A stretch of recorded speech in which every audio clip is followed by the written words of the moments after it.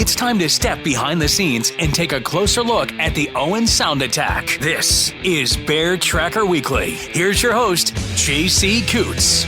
Well, hello, and thank you for tuning into episode 12 of Bear Tracker Weekly. Another week in the books for the Owen Sound Attack ends on a high note with a big win against the Soo Greyhounds at the Bayshore on Saturday night. Attack would drop their other two games this week, 4-1 Friday night to the Guelph Storm in Guelph, and then Teddy Bear Toss night in London. It was a 3-0 loss for the Owen Sound Attack, despite a hard-fought effort and amazing amount of saves, once again by Carter George, a guy that the Attack will now be without as he departs to join Team Canada at their selection camp, first in Petawawa, and then, if he's successful, will carry on to Ottawa for the World Junior Hockey Championship. Matthew Kaprowski now takes over the net and had some success on Saturday night. We'll talk to assistant coach Reagan O'Grady and Carter George, not only about Matthew now taking over things in the net, but also where they're at this season with the team. We'll be joined by an opposing broadcaster, as usual. This time around, it's Soo Greyhounds play-by-play announcer and Director of Communications,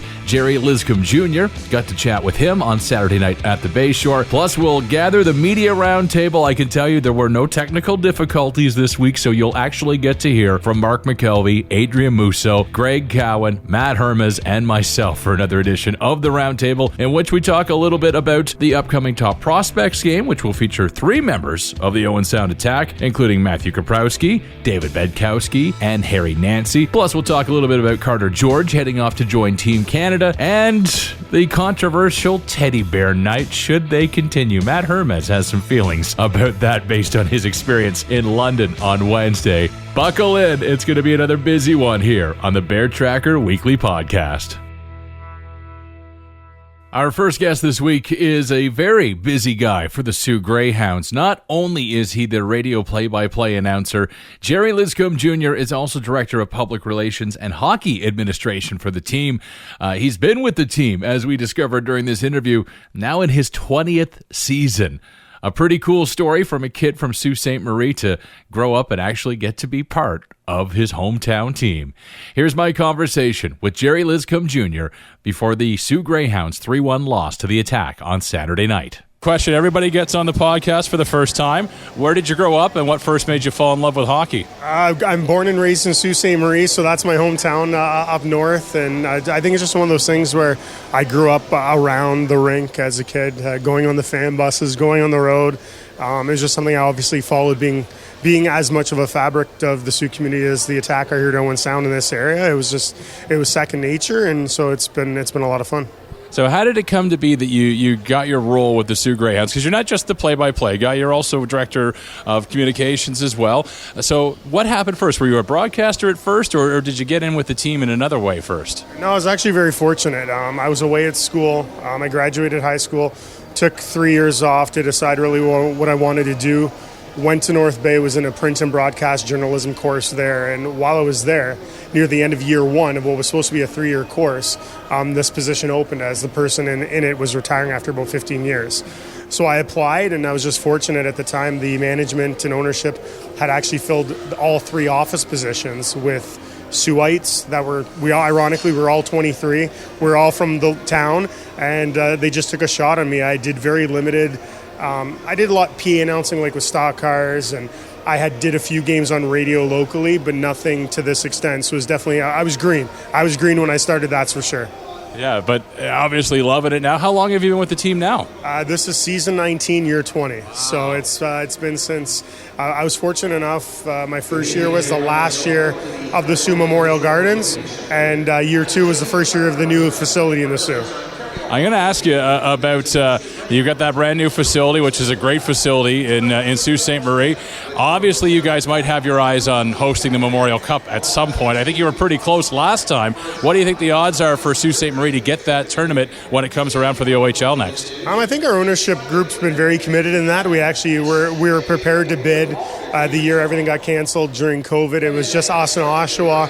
Then obviously the last time around between us, Saginaw, Kingston, and Niagara. So I think our ownership's proven that they're committed to try to bring that tournament back to Sault Ste. Marie for the first time since 1993. So it wouldn't surprise me. I don't have any inside knowledge or can give you any ideas as to what possibly will take place, but they they've done it twice, and I wouldn't be surprised to see them do it again in the future. I'm going to ask you about this year's version of the Soo Greyhounds. Obviously, the last couple of years, they've been a very good team in the Ontario Hockey League. Kind of gotten bitten a little bit by the injury bug this season, but otherwise a pretty solid team all around. Yeah, there's a lot of good pieces there. The sad part is that, and I mean, I know a lot of teams go through it, but I think it's probably the toughest year I've been a part of where the coaches haven't had to make a healthy scratch. To this point of the season, we have not had a roster that's been allowed to be a full roster. We've had, whether it be injuries, suspensions, injuries primarily. So when they get together and when you have everybody healthy, it'll be interesting to actually see what this team, the full capabilities are for them. Andrew Gibson named this week to the Canada selection camp. He's going to be heading out next week. Carter George from the Attack is going to be going as well. What do you think Andrew's chances are of making that Team Canada roster? I think it's very good, and I hope for him that he does get to represent the red and white. Quality hockey player like all of us know from what you see on the ice, but even better human being and a huge part of this hockey club, someone that it's been a pleasure to have a part and see the progress of him over the years. So hopefully come Boxing Day, he'll be wearing a number with that Canada jersey. I know this isn't a possible question to answer, but in your now 20th season, any favorite memories, top 5 memories, anything that you've witnessed during your time working in the Soo Greyhounds organization that you'll never forget? Oh, it's got to be that Jack Kapaka double overtime goal in the Western Conference Championship against Kitchener. That was Game 7, double overtime, and the round before that, it was Game 7 against Owen Sound. I think that stands out primarily right there. I mean, to go back-to-back series to Game 7 to advance to the OHL Championship is pretty special. Did you get to call those? I did. The Kapaka goal wasn't the nicest goal against Mario Kalina, ironically a Sioux product, but hey, that building went crazy when he scored it. It's a great chance to catch up with you. We don't get to see the Sioux very often here in Owen Sound, Gerry, but thanks so much for taking the time. We really appreciate it. Anytime. Always a pleasure to come here.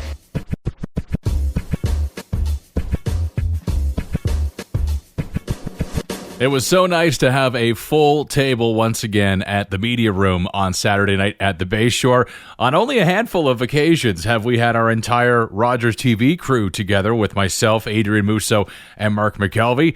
I think only 3 times this season, maybe 4, I've actually been in my role as host of the Rogers TV broadcast down at ice level due to both Adrian and Mark each missing some time. But we were all finally together again on Saturday night, and it made for quite the interesting edition of the Media Room Roundtable. Matt Hermes and Greg Cowan also joined us. Among the topics were the upcoming Top Prospects game, which is a little controversial with the inclusion of OAs. There was a great discussion at the Media Room table about that. We also talked about Owen Sound's representatives for that game, as well as Carter George heading off to Team Canada. And maybe I mixed up some controversy over the teddy bear toss. We'll hear from Matt Hermes about that, who was in the building in London on Wednesday night when over 15,000 teddy bears rained down on the ice. A new record, and also a record delay in cleaning them up. All of that is right here on the Media Room Roundtable from Saturday night at the Bayshore. Guys, I guess we'll lead off with, we found out that 3 members of the Attack this week are going to the Top Prospects game coming up in mid-January in Brantford. Harry Nancy, David Bedkowski, and Matthew Kaprowski, who actually gets to start tonight and is going to be in the spotlight for a little while for the Attack. What's your thoughts on those 3? They were the 3 guys that Central Scouting gave a ranking to. So it looks like, are we expecting big things from these guys in this game?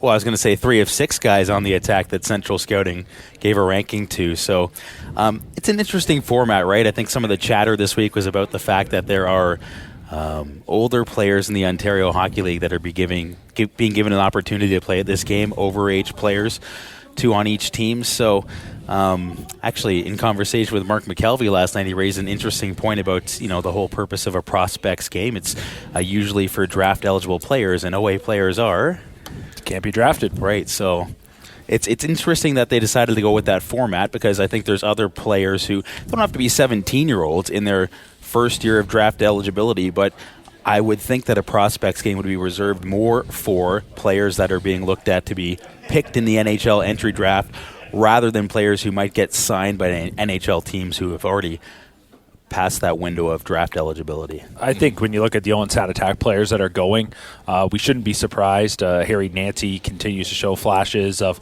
some real elite skill, and I think he's still trying to put his game together. I think a lot of scouts would say he's very raw. David Bedkowski, I mean, talk about a player who's stepping in and right away I think is going to be one by the end of the year we call a stud.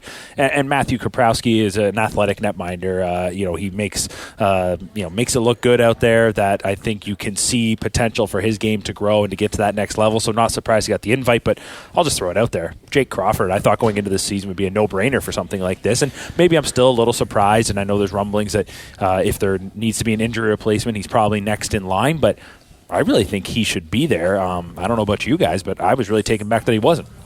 Well, even on another player on the attack who was given a central scouting rating is Tristan DeLille, and if you look from purely the attack perspective, he's playing a first-line center role, and he's their best face-off man. So in terms of on the team, in terms of the largest role among draft-eligible players, forward-wise, Tristan DeLille is playing that for the attack. That doesn't mean that he has merit over the other guys who were selected. And I'm not trying to say that one is more deserving than the other. I'm just saying some of the exclusions that occurred. You could raise your hand and say, this guy has a shot at being picked in the NHL draft, and you wonder why maybe there isn't an avenue for those players to have a showcase game as well.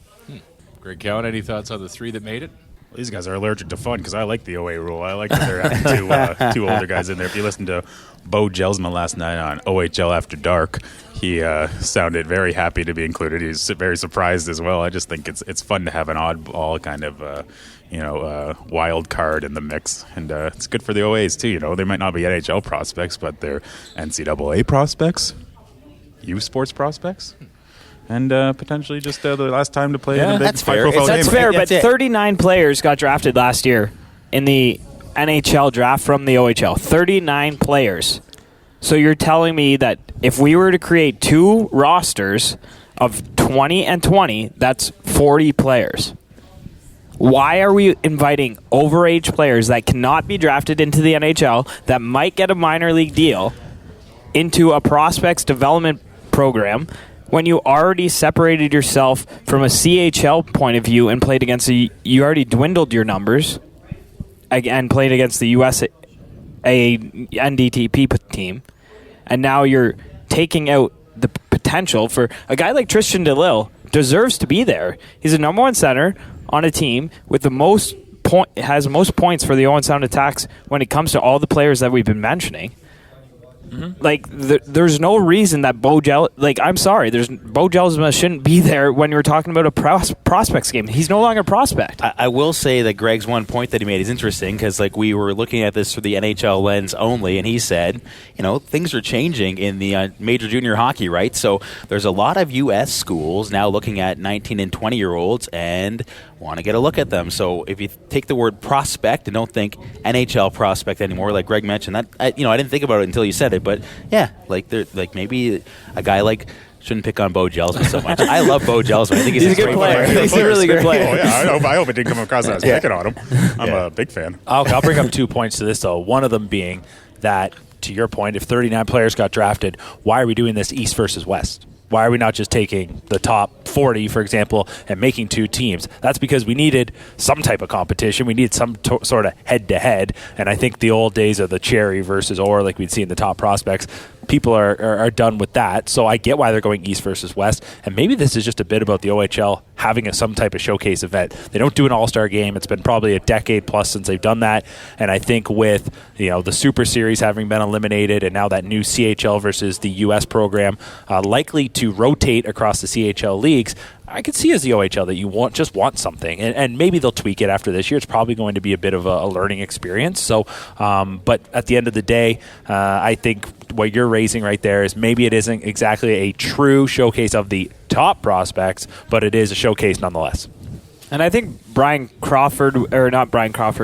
CHL commissioner, I'm blanking on his name, Dan McKenzie, I believe it is. Dan McKenzie was on a podcast, and he was saying that they're still looking for one marquee event because they used to have the Russia-Canada Super Series, they used to have the top prospects game, and then they had another one, and now they're just down to 2. So why don't they have, to Greg's point about these and to Matt about going to colleges, why not have a top like a senior bowl? So I want to bring up one more point before you move on, JC. And Mark and I talked about this on the radio broadcast for the Attack last night. Mark mentioned this, which is interesting.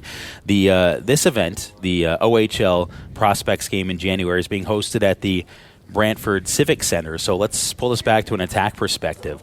When's the last time, Mark might remember, it was before I moved here, I think, but that the Harry Lumley Bayshore Community Center was given the opportunity to host this sort of event? 2 times they hosted the Canada-Russia series. I think we're going back to around 2016, 2017, somewhere in that ballpark was the last time. And once the city of Owen Sound hosted the OHL All-Star game.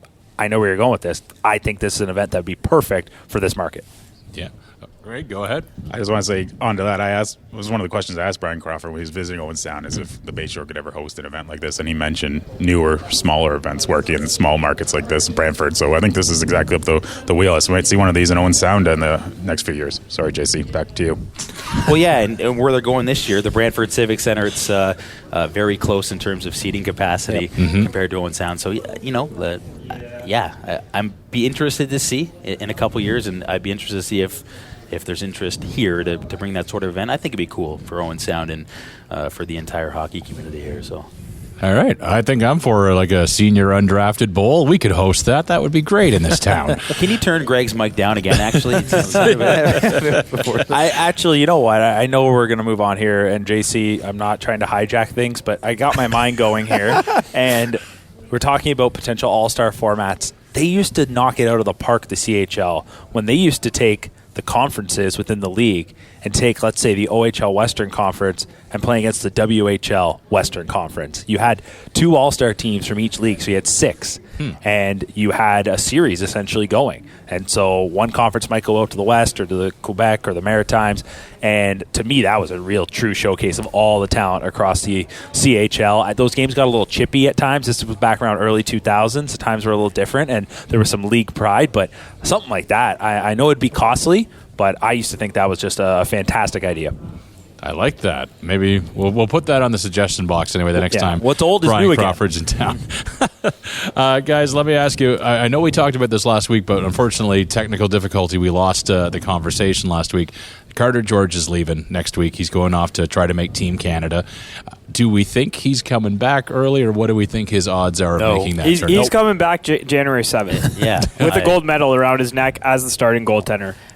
All right. There's no question about it. Carter George is the best goaltender in Canada, and he's not even 19. So that might be the one thing that's holding him back. We saw all that drama with Team Canada, who they didn't invite. They were all 18 or younger players. So Carter George is only 18 years old, draft plus 1 player. It's a draft plus 2 tournament.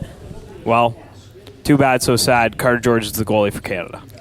I talked with him about this a couple days ago. It's if you recall, when he went to the Halinka, he started that tournament as 3rd on the depth chart behind Leenders and as say it in French. Sorry. Say it. Turn it down again. And he worked his way up to the starting goaltender and made 31 saves in the gold medal game, won a gold. So he'll have to do that again, because I think he's going to camp as the 3rd string behind the 2 19-year-olds. Ratzlaff is a returning goalie, and Bajarnson's 6'4". You can't teach that size, and plays out in Brandon. He's really good too, so I think he'll be there as the 3rd guy. But I'm with Adrian. I could see him winning that job and coming back with the silver. Those Americans look tough. Just kidding. Yeah, I like the story you told, because he's been in that position before at a Hockey Canada event. I don't think there's any question that he's going to break camp with Team Canada, and we'll see where things go from there. I think that more than one goalie will start Canada's first 2 games, and the coaching staff will figure it out, as is usually the case at these short tournaments. Yep. So Boxing Day is a long way from the gold medal, even though realistically it's not. I think he's there. I'm with you guys across the board. And you go back to the under-18s back in April when Canada won the gold. They beat the USA. And Canada never sends their true best team to the under-18s. He won them that gold medal. And I think that means a lot to Hockey Canada, as we've seen. And there's been rumblings in the whole hockey world over whether it's the 4 nations or the World Juniors. What you've done for Hockey Canada definitely matters. And I think that'll be weighted when they're looking at the possibility of having Carter George there as a number 1. Nick Suzuki should be on the 4 nations. is that what you were referring to, Mark? Well, Adrian was was looking at me. I knew what he wanted to talk about. Adrian just says what we want to hear. I heard him on the Week Kings podcast earlier this week talking about Bjarnason and how good he is. So just spreading the love out here. Guys, if I could, one more question, and it's a controversial topic, but based on the events we've seen of the last week, does the OHL need to get rid of the teddy bear toss? Because quite the delay in London, although an amazing response, over 15,000 bears. Quite the delay. You were there for it, Matt. And then also Michael Misa suspended after shooting 3 or 4 bears back into the stands in Sarnia. Is it just something that maybe they can figure out how to handle differently? Here's what I'll say. I don't think they need to get rid of it, but I do think that there needs to be a way to keep things moving quicker. And I know it's a lot to pick up 15,000 stuffed animals off an ice surface, but I'll briefly share my experience from broadcasting that game in London when the Attack were playing. It took 35 minutes, and that's why the 6:30 start was in place this week for the Knights Attack game. The half-hour earlier start was purely for the teddy bear toss, so they thought about it, but yeah, so you're playing a hockey game. It's competitive. It's a 0-0 game. 1 goal goes in. It's still a tight game, but then things kind of shut down for half an hour, and it really what happens is a whole, a sideshow unfolds, and it's all for a good cause. Like, I'm all for that, like for fundraising and supporting organizations like the Salvation Army and those in need during the holiday season. But there was 100 different photos going on the ice. There's on rink announcers on the ice that are cutting in. There's trucks all over the ice. It's a long process to get the hockey game going again. So I don't know. This is kind of a way different example, but I think about different delays that happen in hockey games. I'm all for finding a way to just create a firm structure and timeline and getting things moving. Like, it's kind of... Isn't all sports trying to do that right now? I mean, keep the game moving. I was thinking about video review in my head. It's not a comparable example, but I get the same thing when that occurs. Like, that can go on for 15 minutes sometimes when they're reviewing a goal, right? And I think in my head, this is not relate to the teddy bear toss at all, except for the time factor. But I always think, put up a number on the clock. 2 minutes, 3 minutes, and if you can't overturn the decision by then, it stands. So I'm off topic, but yeah, I don't think we need to get rid of the teddy bear toss. No, I think it's a good thing, but find ways to keep it moving. Michael Misa, he's just a teenager. He's not thinking. He's just shooting stuffed teddy bears. They aren't going to hurt anybody. The league has to give that suspension just because there is a rule in place, and they went kind of soft in a sense by just giving them the 1 game. I guess it's all kind of connected to me. The one thing I would look at with the teddy bear toss is, and I know you mentioned it, first stoppage after they finally cleaned everything up in London, they went to commercial. I think we could probably erase the TV timeout at that point.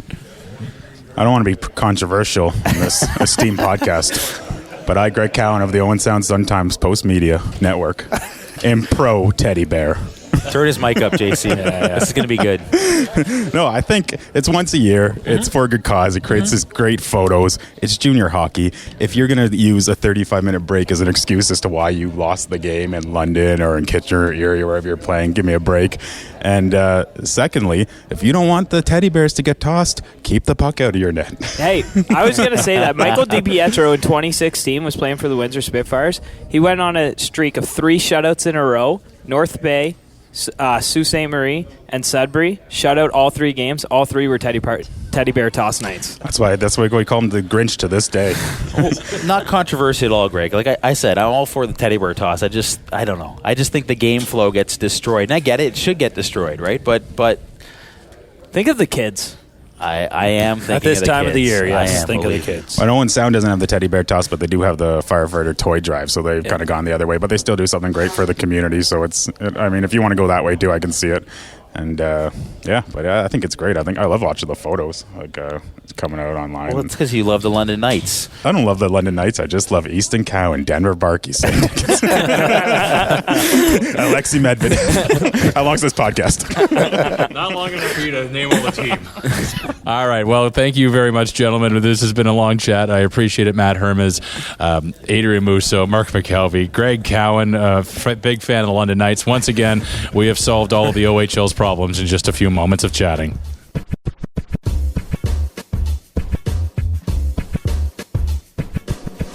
Before the game on Saturday night, Carter George was honored for becoming the first Attack goalie in team history to score a goal. He ends up being the 11th netminder in OHL history to accomplish the feat.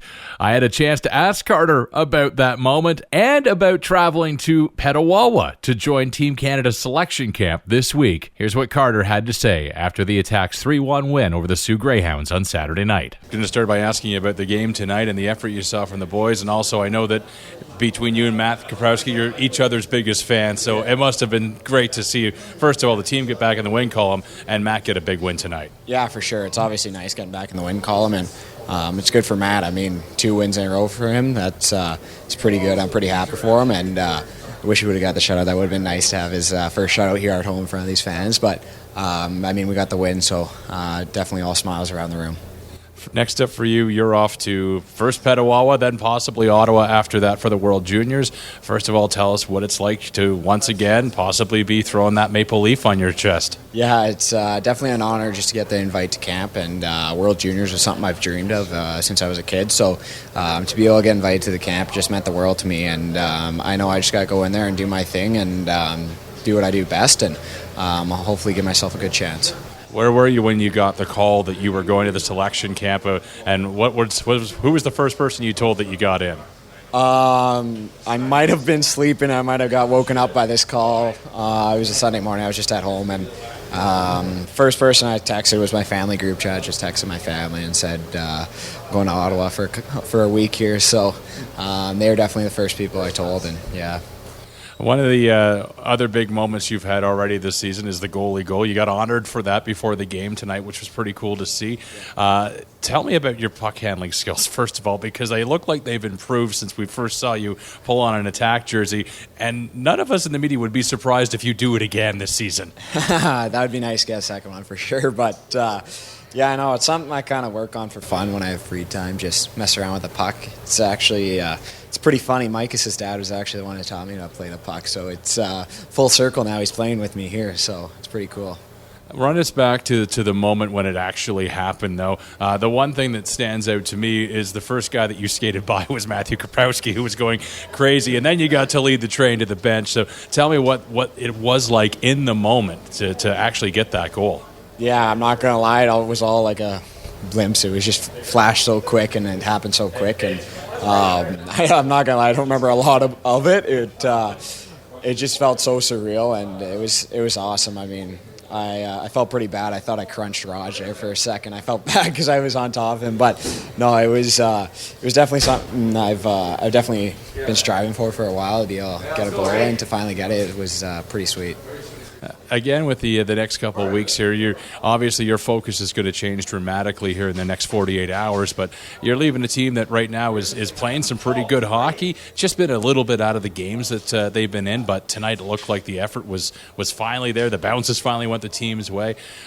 Just what do you expect will happen while you're away, and is it going to be in the back of your head not being here? Yeah, for sure. I'll definitely be keeping up with the scores and updates of every game. I'll be probably watch them if I can too.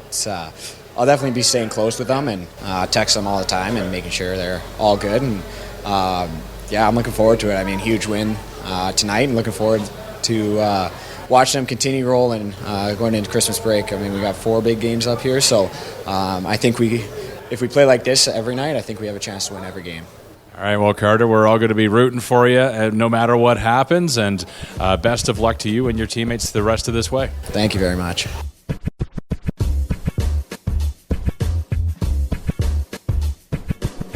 We always like to chat with a member of the coaching staff, and it was great to talk to them after a win on Saturday night. Pizza was being served. The boys were in a great mood. In fact, the entire team stayed to sign autographs after the game on Saturday night for the fans, which was a pretty amazing moment to see. We had a chance to chat with Reagan O'Grady after the game about his thoughts on the week for the Attack. The 3 players headed off to the top prospects game, and of course, Carter George and what that meant with Matthew Kaprowski now taking things over in net. Let's start with the effort tonight, a 3-1 win over the Soo Greyhounds. First of all, Matthew Kaprowski looked fantastic in between the pipes. Well, your thoughts on the game? Yeah, I think obviously you hit the nail on the head. With Carter George leaving for National World Junior Camp here come Tuesday afternoon, it was, I think, a feel-good thing for him. He's now taken over the net. He knows that he's our guy right now for the next, hopefully, month. Knock on wood that Carter makes a team. But for him to come in and just be a brick wall and give us a chance to win, and ultimately we come up with 2 points, it's got to feel good. A first Saturday home win in a long time. So we're pretty proud of the guys. There's never really an issue when it comes to the effort that the Owen Sound Attack give, although you might say last night in Guelph, that 4-1 loss, maybe not the best effort we've seen recently. Just give us a sense of the turnaround between those two games, last night and tonight, what you saw. Yeah, I think obviously, you look at our body of work this week, we weren't overly thrilled with it, obviously scoring 1 goal in, 2 games against, 2 pretty good teams. We think that Guelph's a sleeper team on our side, just with, the roster that they have on paper, and eventually it's going to start to click. And we dissected the game last night as a group and as a staff, and we came to the rink this morning with just the mindset of today's a new day. The sun rose. We got to tighten up our neutral zone. We got to tighten up some certain things, and one of our keys to success was our neutral zone tonight. I thought we didn't give them anything through the middle of the ice, and when they had flashes of it through the middle of the ice, they ended up in our own end. And for us, obviously, we're just proud and resilient of the group that showed the effort tonight here on home ice. And it's not what we're doing right now. It's we got to reset. We got Guelph coming in here on Wednesday, and we got to do a job. Big news for 3 of your players this week. You found out they're going to represent the Western Conference at the Top Prospects game. You mentioned Matthew Kaprowski. David Bedkowski, obviously his play's been speaking for itself lately, but Harry Nancy's also going. Talk about just the way that he has really developed this season. Yeah, I think all it comes back to is just the opportunity given, right? You look at the previous helm here, and we can't dwell on the past. And when we came in, we knew what we were going to be. We were going to be a team that was hungry. We got to play the right way every given night, and we're a team that rolls 4 lines. You look at all the other teams in the league; they play 3 lines heavy. And you know what? For us, we've got to take steps forward here, and we understand that. And when we play the right way for a full 60 minutes, we get rewarded. And I think that's just the buy-in factor from our older guys to our younger guys, and Harry's gotten an opportunity. He's got to continue just to take it and run with it. You've got another chance, another crack at Guelph coming up on Wednesday night. You get them at home. Just what do you take into that game based on what you learned Friday night? I think just the sour taste in our mouth. We leave Guelph last night after a 4-1 loss, and we've got something to prove. I think that they're without Cam Allen and the Jet Luchenko, Ulrichsen from the World Juniors. So for us, it's an opportunity that lies at our feet, and we've got to have a good couple of days of practice here to get ready. But I think if we bring a worker's mentality, it's the hard hats and work boots, and go to work against that team. We got to get pucks in behind their D. Obviously, a young core with missing a big piece in Cam Allen, but Gillespie's been really good against us so far this year. So I hope at some point he can bend and break, and hopefully Wednesday night's the answer. Reagan, congratulations on the win tonight, and best of luck on Wednesday night. Awesome, thank you very much.